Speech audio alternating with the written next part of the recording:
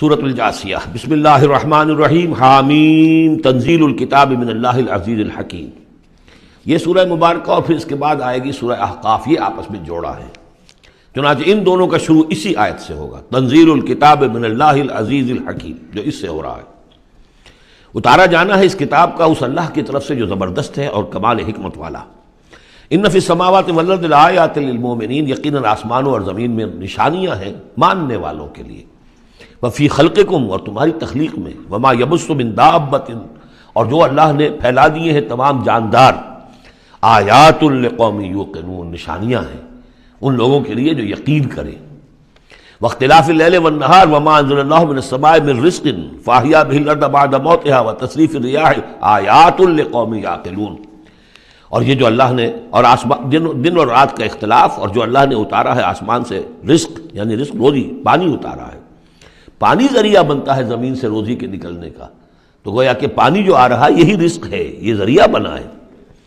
فاحیا به الارض بعد موتها، پانی کو یہاں رزق کہا گیا ہے۔ پھر زندہ کر دیا اس کو، اس نے زمین کو اس کی موت کے بعد، یعنی اس میں بے آب و گیا تھی، کوئی ہریاول تھی نہیں، اور اب وہاں فصل آ گئی ہے۔ وتصریف الریاح، اور اسی طرح ہواؤں کے چلنے میں آیات لقوم یعقلون، یہ نشانیاں ہیں ان لوگوں کے لیے جو عقل سے کام لیں۔ یہاں لوگوں نے نوٹ کر لیا ہوگا کہ جس کو میں نے سورہ بقرہ میں آیت الآیات کہا تھا، 21ویں رکوع کی پہلی آیت، اس میں ایک آیت میں جو جمع تھی وہ یہاں 3-4 آیتوں کے اندر آ کر اللہ نے ان کو بیان کیا۔ ان فی خلق السماوات والارض واختلاف اللیل والنہار والفلک التی تجری فی البحر بما ينفع الناس وما انزل اللہ من السماء من ماء فاحیا به الارض بعد موتها وبث فيها من كل دابة وتصريف الرياح والسحاب المسخر بين السماء والارض لآیات لقوم یعقلون، بلکہ یہاں ابھی ان میں سے بات آئی بھی نہیں ہے، اسی لیے میں نے اس کو عنوان دیا آیات الآیات۔ تلک آیات اللہ نتلوها علیک بالحق، یہ اللہ کی نشانیاں ہیں جو ہم پڑھ کر سنا رہے ہیں آپ کو حق کے ساتھ۔ فبأی حدیث بعد اللہ وآیاتہ یؤمنون، تو اب یہ اللہ کی اس بات پر جو اللہ نے اتار دیا قرآن کو اور اس کی آیات کے بعد، اب کس چیز پر یہ ایمان لائیں گے؟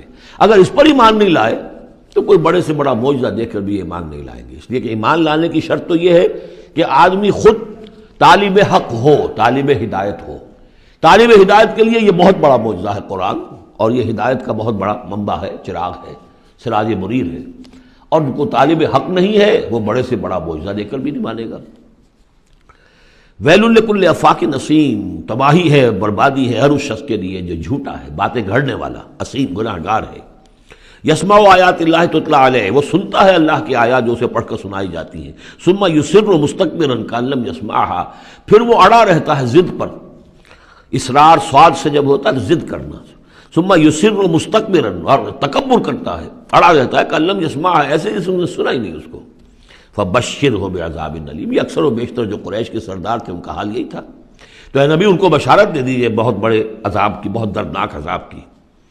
وَإِذَا عَلِمَ مِنْ آیَاتِنَا شَيْئًا اتَّخَذَهَا هُزُوًا، اور جب اس کے علم میں ہماری آیات میں سے کوئی بات آ جاتی ہے تو بجائے اس پر غور کرنے کے اس کا مذاق اڑاتا ہے۔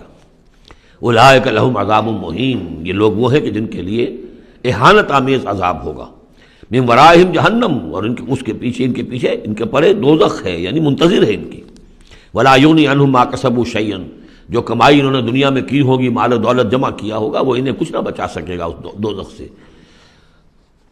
ولا اتخذوا من دون اللہ اولیاء، اور نہ ہی وہ جو جن کو انہوں نے اللہ کے سوا اپنا اولیاء بنایا ہوا ہے، سمجھتے ہیں کہ وہ ہماری سفارش کریں گے، یہ ان کے جو بھی معبود تھے، جھوٹے معبود، وہ بھی نہیں بچا سکیں گے۔ ولہم عذاب عظیم، اور ان کے لیے بہت بڑا عذاب ہوگا۔ ھذا ھدی، یہ قرآن ہے ہدایت۔ والذین کفروا بآیات ربہم، اور جو لوگ اپنے رب کی آیات کا کفر کریں گے، لہم عذاب من رجز علیم، ان کے لیے تو ایک بڑے دردناک بلا کا عذاب ہوگا۔ اللہ الذی سخر لکم البحر لتجری الفلک فیہ بامرہ، اللہ ہی ہے وہ کہ جس نے تمہارے لیے سمندر کو اور دریاؤں کو مسخر کر دیا ہے، تمہاری خدمت میں لگا دیا ہے، تاکہ اس میں کشتیاں چلیں اس کے حکم سے۔ وَلِتَبْتَغُوا مِن فَضْلِهِ، اور تاکہ تم فضل تلاش کرو اللہ کا۔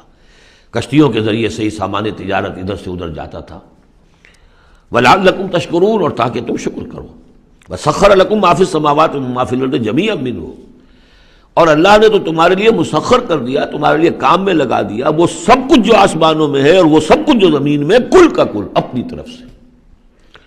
یہ جو آیات آتی ہیں کہ آسمان اور زمین میں جو شے اللہ نے تمہارے لیے مسخر کر دی ہے، اس میں یقیناً اشارہ تھا کہ انسان اپنی علمی ترقی اور اپنی ٹیکنالوجی کی ترقی کے ذریعے سے ان چیزوں تک رسائی حاصل کر سکتا ہے۔ اللہ نے تو مسخر کیا ہوا انہیں، گویا کہ انسان کی جو ریچ ہے، جہاں تک کہ اس کی رسائی ہے وہ ہے، اور اللہ تعالیٰ نہ معلوم کہاں تک انسان کو پہنچا دے گا۔ ان فی ذلک لآیات لقوم یتفکرون، اس میں آیات ہیں، نشانیاں ہیں ان لوگوں کے لیے جو غور و فکر سے کام لیں۔ قل للذین آمنوا یغفروا للذین لا یرجون ایام اللہ، اے نبی ذرا اہل ایمان سے کہہ دیجئے کہ کچھ دیر کے لیے ابھی ذرا معاف کرتے رہیں ان لوگوں کو کہ جنہیں اللہ کے دنوں کا انتظار نہیں ہے، جو نہیں سمجھتے کہ وہ عذاب والا دن ان پر بھی آ سکتا ہے، یعنی یہ بھٹکے ہوئے، کیونکہ یہ ابھی یوں سمجھیے کہ وسط ہے مکی دور کا، تو اس میں ابھی وہی تلقین کی جا رہی ہے کہ جلدی نہ کریں مسلمان کہ اللہ کب تک انہیں چھوٹ دے گا، وہ عذاب ان پر آ جانا چاہیے، نہیں، ابھی ذرا ان سے درگزر کرو۔ قل للذین آمنوا، اے نبی کہہ دیجئے اہل ایمان سے، یغفروا ذرا درگزر کریں، للذین لا یرجون ایام اللہ، اب یہ وہ ایام اللہ کے لفظ آ گئے، از تذکیر بایام اللہ، یہ انہیں امید نہیں ہے، انہیں کوئی کھٹکا نہیں ہے، یہ بھولے ہوئے ہیں اللہ کے وہ دن کے جن میں بڑی بڑی قوموں کو ہلاک کر دیا گیا، انہیں کوئی اندیشہ نہیں ہے۔